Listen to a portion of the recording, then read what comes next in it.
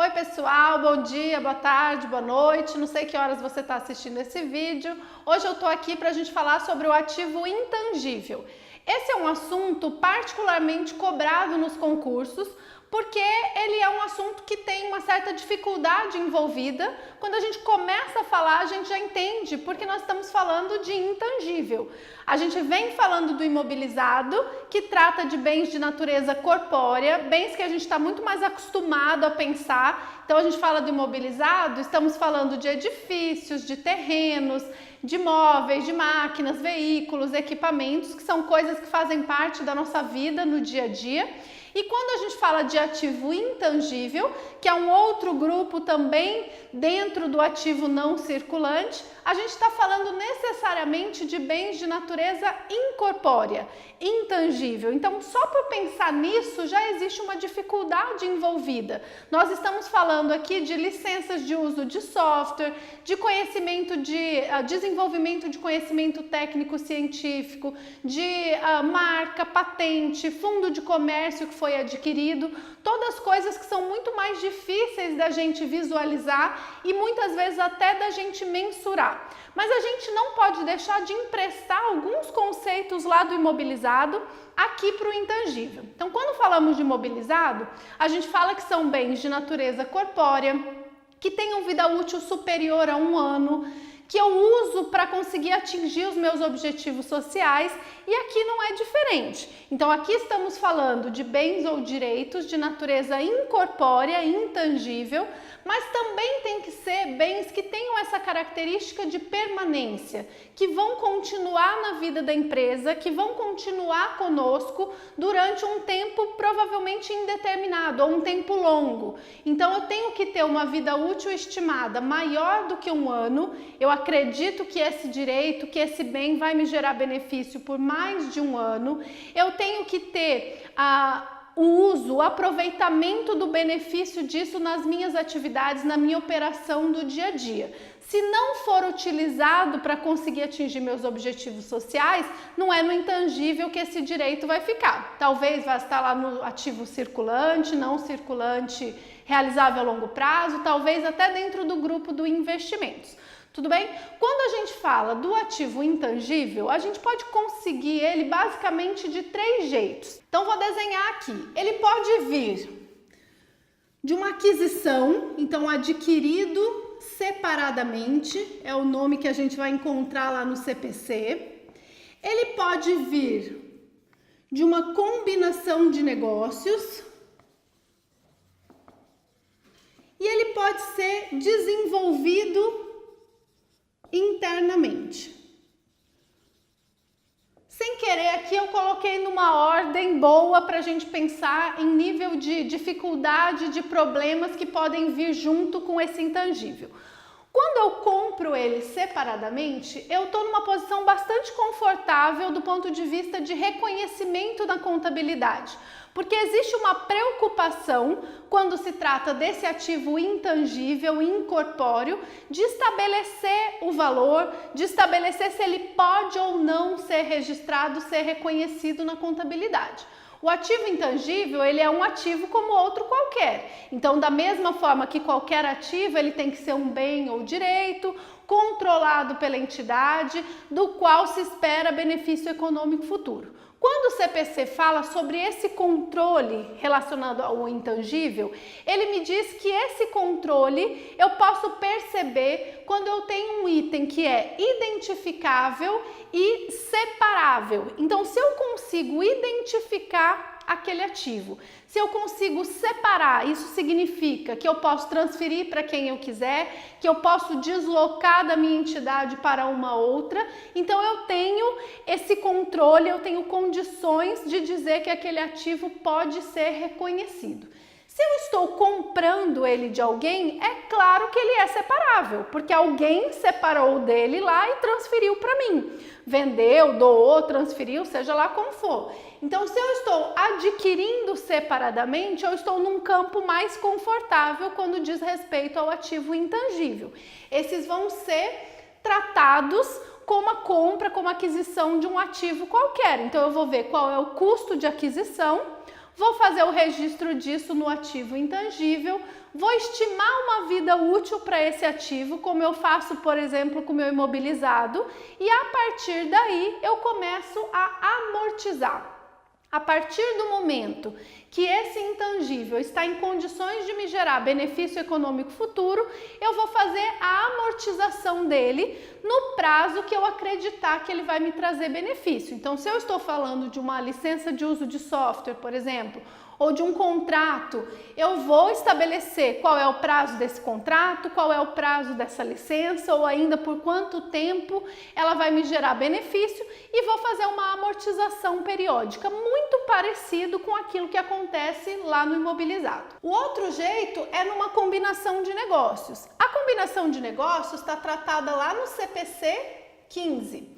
O CPC 15 vai tratar de aquisição do controle de outras entidades. Quando eu faço aquisição do controle de outras entidades, nesta negociação eu posso pagar um ágio, eu posso pagar o goodwill, que vocês estão acostumados a ouvir falar aí.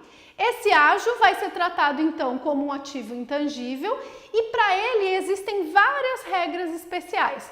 A regra que a gente precisa saber dele para a prova do concurso é que ele não vai ser amortizado, porque a gente considera que não há condições de fazer uma estimativa de vida útil confiável, então ele não vai ser amortizado, e como ele não é amortizado, a consequência disso é que ele vai passar pelo teste de recuperabilidade anualmente.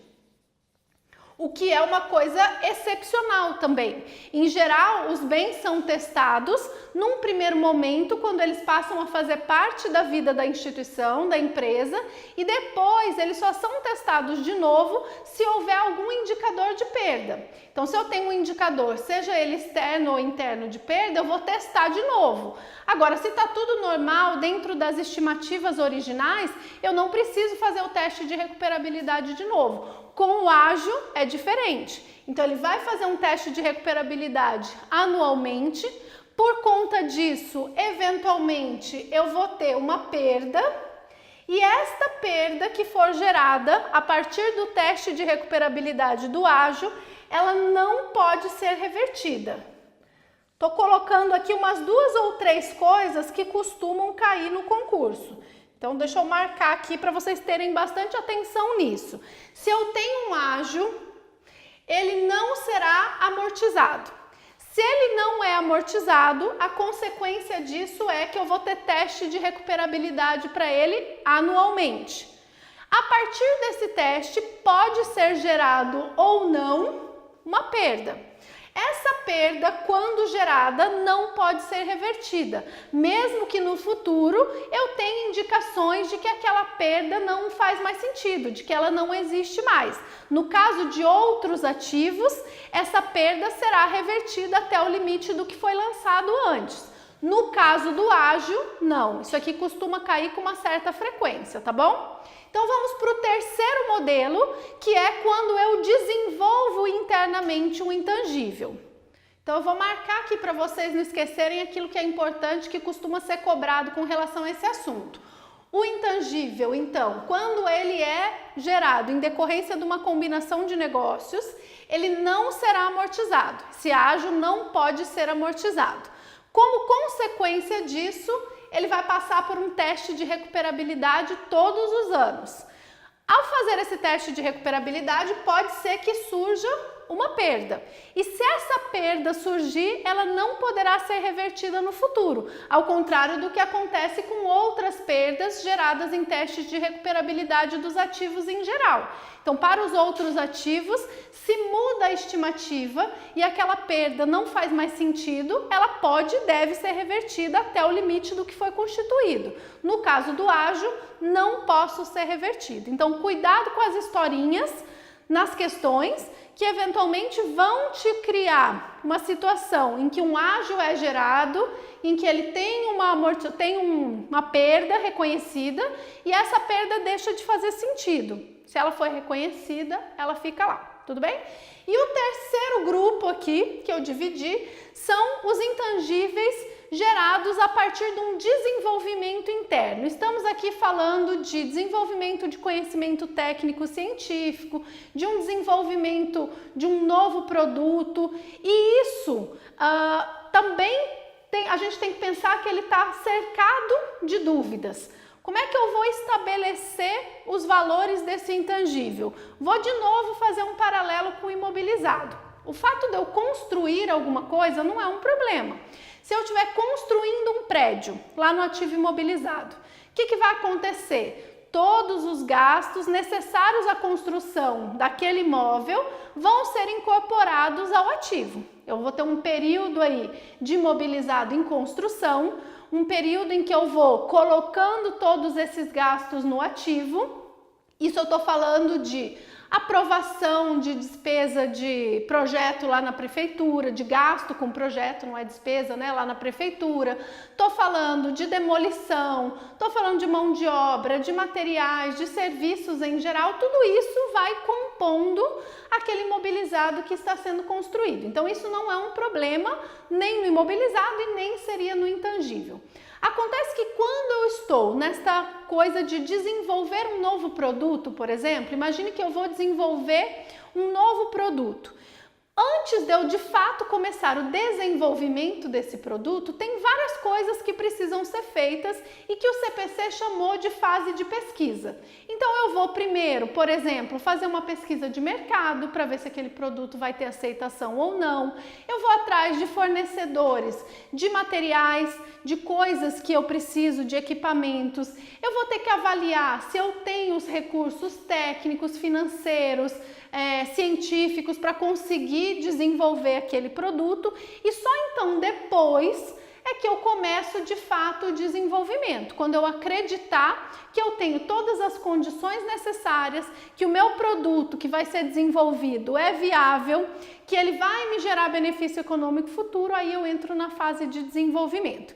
Então aqui o que a gente precisa saber para a prova? Eu preciso saber que todos os gastos relacionados a isso, ao desenvolvimento interno, ele vai ser dividido, eles vão ser divididos em dois grandes blocos: gastos com pesquisa e gastos com desenvolvimento. Os gastos com pesquisa não têm expectativa de benefício econômico futuro. Ora, se eu estou pesquisando, não tem como eu saber se vai ter benefício econômico futuro ou não. Então, todos os gastos com pesquisa vão para a DRE, vão lá para o resultado como despesa. Já os gastos com desenvolvimento, esses sim poderão ser tratados como intangível, desde que todos os requisitos que estão lá no CPC sejam cumpridos. Se eu não conseguir, por exemplo, separar a fase da pesquisa e do desenvolvimento, na dúvida, vai para o resultado, vai para a DRE. Se eu não conseguir comprovar a expectativa de benefício econômico futuro, que eu vou ter os recursos para levar esse projeto até o fim e criar uma coisa viável, também vai para a despesa. Então, se eu cumprir todos os requisitos, para provar que eu estou numa fase de desenvolvimento e que eu estou caminhando para um ativo que vai, portanto, me gerar benefício econômico futuro, isso aqui vira um intangível. E aí, assim como qualquer um dos outros, exceto o ágil aqui, a partir do momento que ele está pronto, que ele está em condições de me gerar benefício econômico futuro, ele começa a ser amortizado e começa a gerar uma despesa no resultado. Muito importante que a gente enxergue essa amortização, assim como a depreciação, como reconhecimento do desgaste, da perda de valor desses bens ao longo da vida útil dele, mas principalmente como respeito ao regime de competência, confrontação de receita e despesa. O benefício que esse bem, que esse produto, que essa marca, que essa licença de uso de software vai me gerar, ele vai ser aproveitado ao longo de vários anos. E é nesse momento que eu tenho que levar para o resultado a despesa da amortização, para conseguir apurar um resultado, um lucro ou prejuízo no período que leve em conta todos os ganhos e todas as perdas relacionadas com aquele período, com aquele bem. Tudo bem? Então aqui, gastos com desenvolvimento vão para o intangível e na sequência começam a ser amortizados. Cuidado! Gastos com treinamento sempre irão para o resultado, porque eu não tenho como comprovar ou como garantir uma expectativa de benefício econômico futuro de algo que é da pessoa, que é de quem foi treinado. Então, eu não tenho controle sobre isso. Então, qualquer gasto com treinamento, estejamos falando aqui de imobilizado, de intangível, de qualquer outro ativo, ele vai direto para o resultado. Pessoal, vamos falar também do fundo de comércio. Se vocês lerem lá na Lei 6.404, quando ela descreve o intangível, ela fala que faz parte do intangível o fundo de comércio adquirido. Por que a lei fez questão de trazer essa informação do fundo de comércio adquirido? Porque o fundo de comércio próprio, gerado internamente, não pode ser reconhecido. Então, assim, quando a gente fala de fundo de comércio, estamos falando da nossa relação com os clientes, do fato das pessoas conhecerem quem a nossa empresa é, de tudo que diz respeito a esse nome, a essa localização, a essa lembrança que o seu cliente tem daquele negócio. O fundo de comércio desenvolvido internamente não pode ser reconhecido. Por quê? Porque falta para ele uma coisa muito importante, que é uma certa imparcialidade na avaliação. Se ninguém está negociando aquele item, como é que eu posso registrar, como é que eu posso estabelecer para ele um valor de forma confiável se não existe essa negociação, se não existe um mercado ativo para isso e se é algo muito pessoal? Então a lei entende que não existe condições de apurar o valor do fundo de comércio próprio de forma confiável. E aí a gente tem que lembrar que ativos e passivos, qualquer um, sem estimativa de valor confiável, não podem ser reconhecidos. Agora, quando eu negocio isso, quando alguém adquire uma empresa, adquire um negócio e paga por esse fundo de comércio, existe uma negociação em condições normais de temperatura e pressão. Então, alguém empurra de um lado, quem quer vender quer cobrar o máximo possível.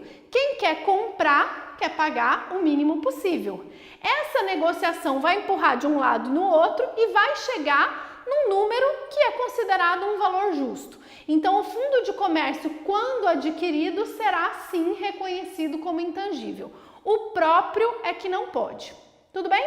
Pessoal, o que cai de intangível é isso. Então, lembrando que a gente tem 3 tipos, basicamente, que todo intangível tem que respeitar as regras de um ativo qualquer, que é ter estimativa confiável, haver controle sobre ele e expectativa de benefício econômico futuro. No caso do intangível, aqueles que são gerados internamente, eles precisam de um olhar um pouco mais cuidadoso para se assegurar de que esses requisitos estão cumpridos.